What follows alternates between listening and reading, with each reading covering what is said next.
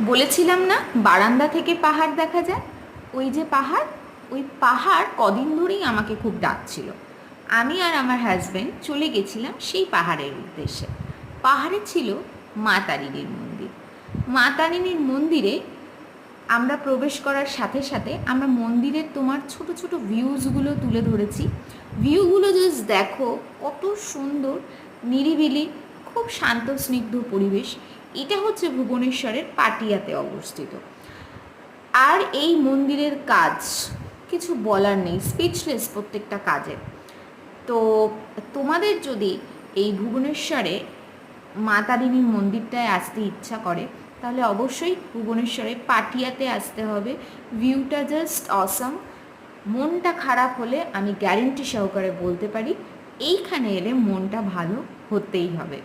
তো ভালো লাগলে লাইক, শেয়ার, সাবস্ক্রাইব করতে ভুলো না।